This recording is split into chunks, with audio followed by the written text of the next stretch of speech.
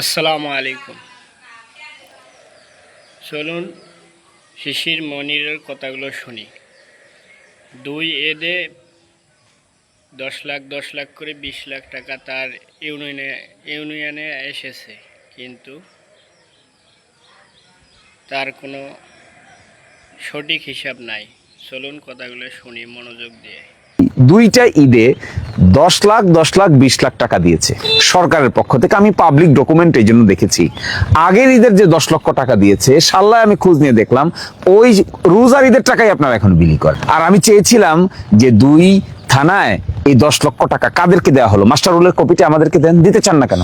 সরকারের পক্ষ থেকে দিতে চান না কেন? লুকোচুরি করতে হবে কেন? কয়বার টিওনো সাহেবের কাছে আমি খবর পাঠিয়েছি, তালিকাটা দেন। কারা পেয়েছে আমরা দেখি না, কারা পেয়েছে। যারা পেয়েছে তারা যদি সঠিক লোক পেয়ে থাকে, আমাদের কোনো আপত্তি আছে? থাকবে না তো, কোনোদিনই থাকবে না। বরং আমরা আপনাদেরকে অ্যাপ্রিসিয়েট করব। আমরা আপনাদেরকে অ্যাপ্রিসিয়েট করে বড় করে ভিডিও দিব যে আপনারা ভালো কাজ করেছেন, সঠিক কাজ করেছেন। কিন্তু দেখেন, রোজার ঈদে আগামীকালকে কোরবানির ঈদ, টাকা এসেছে প্রতিটা আসনে। আমি দেখছি ভিডিওতে মানুষ, সংসদ সদস্যরা এটা বিলি করছেন। তা আপনারা করেন না কেন? শুনলাম, বুঝলাম আমাদের মাননীয় সংসদ সদস্য শারীরিকভাবে অসুস্থ হওয়ার কারণে তিনি আসতে পারছেন না। তার প্রতিনিধিরা করবে, তার অন্যরা করবে, সরকারের পক্ষ থেকে করবে, অন্যান্য জনপ্রতিনিধি আছে যারা, তারা করবে, ইউনিয়ন পরিষদের চেয়ারম্যানরা করবে। তাদেরকে অথরিটি দেন, তারা বাছাই করুক। বাছাই করে 10 লক্ষ টাকা যদি এক দুইটা থানায় 10 লক্ষ টাকা আজকে বিলি করা হয়, গরিব মানুষদেরকে দেখে দেখে, তাদের জীবনে ঈদের আগের দিনের 1000 টাকা কত গুরুত্বপূর্ণ তা আপনারা বোঝেন না? আপনারা এই গ্রামের মানুষ না? আপনারা জানেন না 1000 টাকায় একটা গরিব মানুষ 1000 টাকা ঈদের আগের দিন পেলে তার কাছে মনে হবে আসমানের চাঁদ হাতে পেয়েছে।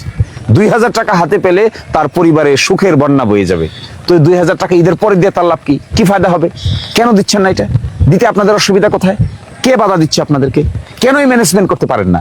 এতটুকু ম্যানেজমেন্ট করতে যদি না পারেন, তাহলে কি করে মানুষের উপকার করবেন? এখন বলতে পারেন যে আমি আপনাদের বিরোধী দল তাই সমালোচনা করছি, ব্যাপারটা তা না। আমি এক্সপেক্ট করেছিলাম 10 লক্ষ টাকা দিয়েছে সরকার, দিয়েছে। এমন লোক দেশে বিদেশে আছে দিরাইশাল্লায় বসবাস করে, এমপি সাহেব উদ্যোগ নিলে আরো 20 লক্ষ টাকা দেয়া জোগাড় করা সম্ভব।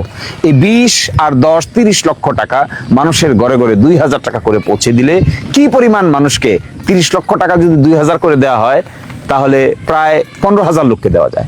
তো 15,000 লোক যদি 2000 করে টাকা পায় ঈদের আগের দিন, আমার আপনার কোনো ক্ষতি আছে? আমার তো মনে হয় না কারো কোনো ক্ষতি আছে।